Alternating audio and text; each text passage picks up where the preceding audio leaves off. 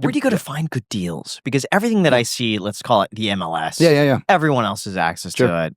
It's not really the cream of the crop, Yep. let's just say. So where do you go? Yeah. So there's 100 strategies we could talk about. I'll tell you a few of my favorite. I still love what they call it driving for dollars. It's almost no money. You can do it.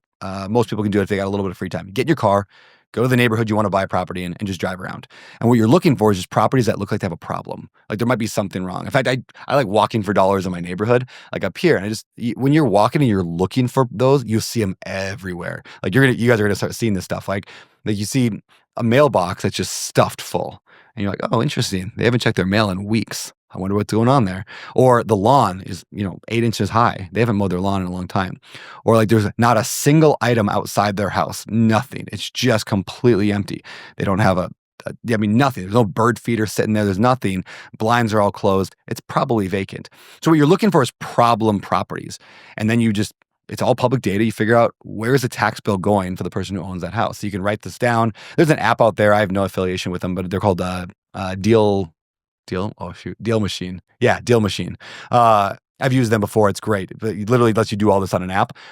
Yeah, you just like, okay, that address, that one looks interesting. That one looks interesting. And then you get the owner's address where the tax bill is going to.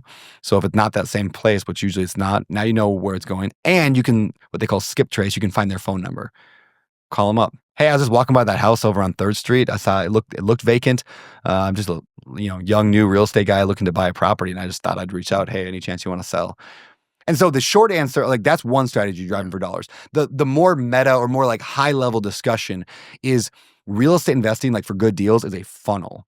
Like if you think about like funnels in business, right? Like, hey, you're I don't know, whatever, like your car dealership, and you have 1,000 people drive by every hour, and out of those 1,000, 10 people stop by and come inside, so it's like 0.1%. And out of those 10 people, 2 of them test drive a car, and 1 of them takes the car home and drive. That's just a very simple sales funnel. We do it in every aspect of business.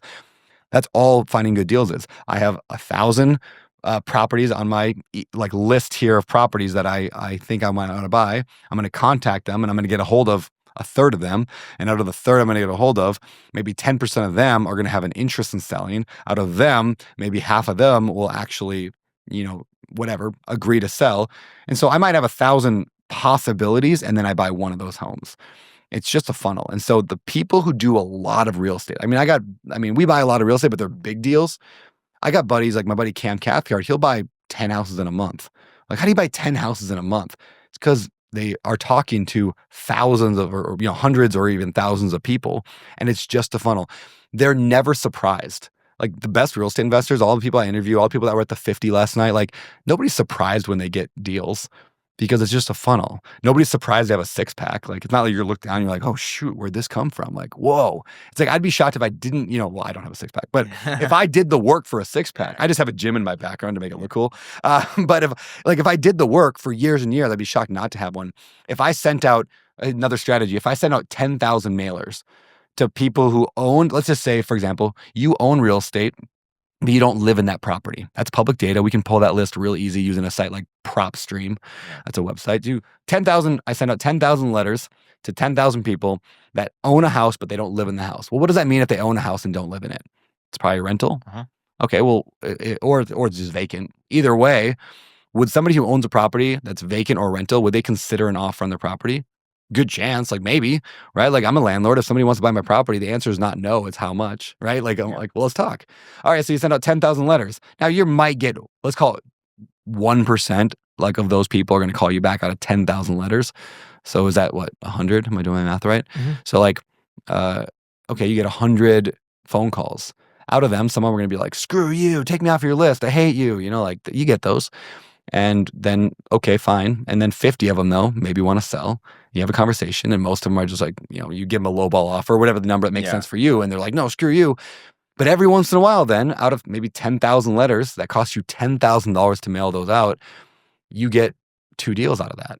And out of those 2 deals, maybe one you flip and you make $80,000 on a flip, and one of them you hold as a rental that makes you $500 a month in cash flow.